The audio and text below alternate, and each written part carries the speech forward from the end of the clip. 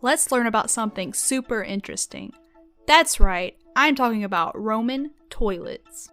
Besides their huge colosseums and fancy togas, the Romans were known for their elaborate sewage systems and toilets, which they installed throughout the Roman Empire.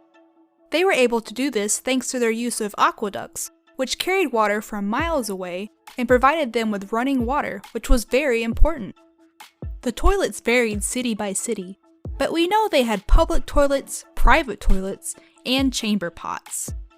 Most cities in the Roman Empire had public toilets by early 1st century BC. They would be hidden away in their own building or near amphitheaters, but most were in bathhouses. They required a fee and had multiple seats, typically around 10 or 20, but can be upwards to 50 or 80 plus. The toilet seats were made out of stone, like marble, and sometimes wood. Let's face it, stone would be chilly, and placed over a large canal that would empty into the main sewer. The holes themselves were spaced evenly apart, and the exact dimensions are the same throughout the different cities, showing that the Romans had a standardization for the dimensions of their toilets. Although there were no barriers in between the seats, there were doors, and their togas could provide some privacy. It's assumed because of how close the seats are that this was a place for Romans to gather and commune with each other.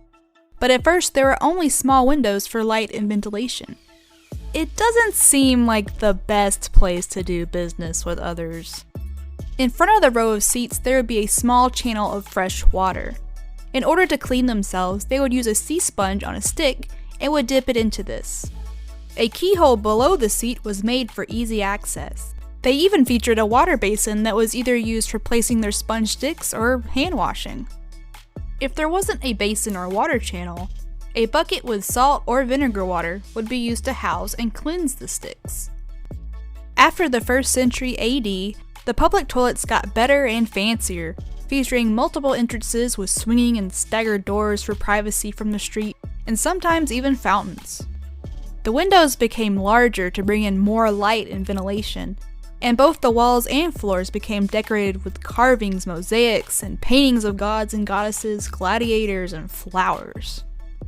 The public toilets were great, but it's even nicer to have your own toilet.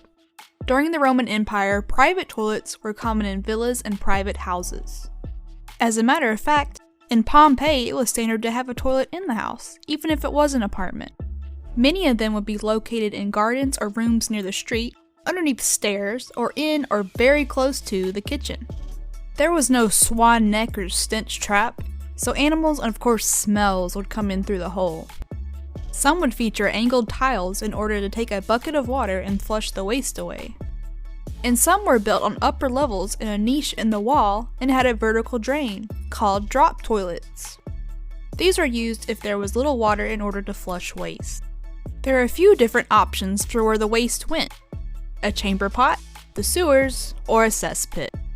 Cesspits are large round pits in the ground where liquid would be absorbed while solid material would be held in the pit. They were the preferred method because they were cheap.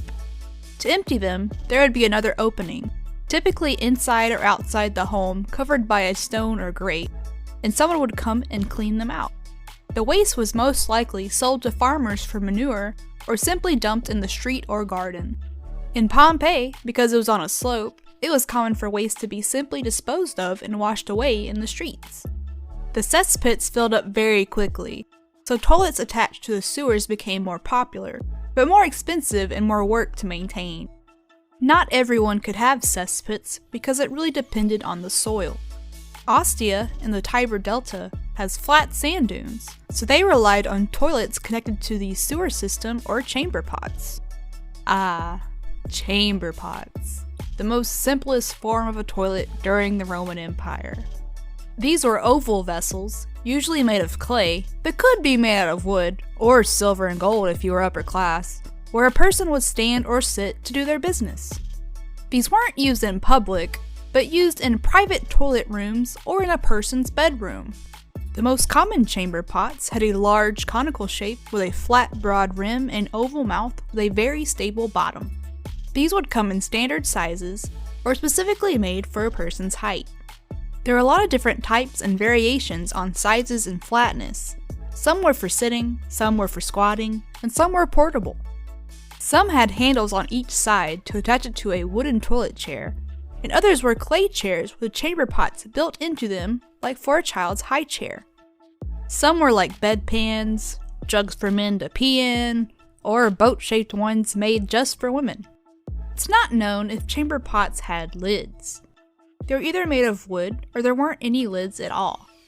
Besides emptying them into public cesspits, it was common to empty these chamber pots into the streets, especially at night, until it actually became illegal to do so.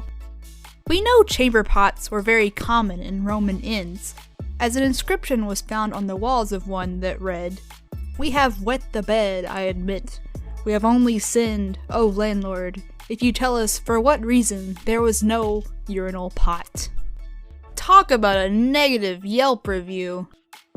In summary, during the Roman Empire, it was common for people to relieve themselves in public toilets, private toilets, and chamber pots. The hygienic public toilet practices were used up until the Middle Ages, when the Christians rejected these Roman ideas and made defecating in public taboo. Although, they did embrace the chamber pot, which continued to be improved over time, and the Roman sewer systems became a model for future sanitation systems. I hope you enjoyed learning a little bit about the super interesting subject of Roman toilets.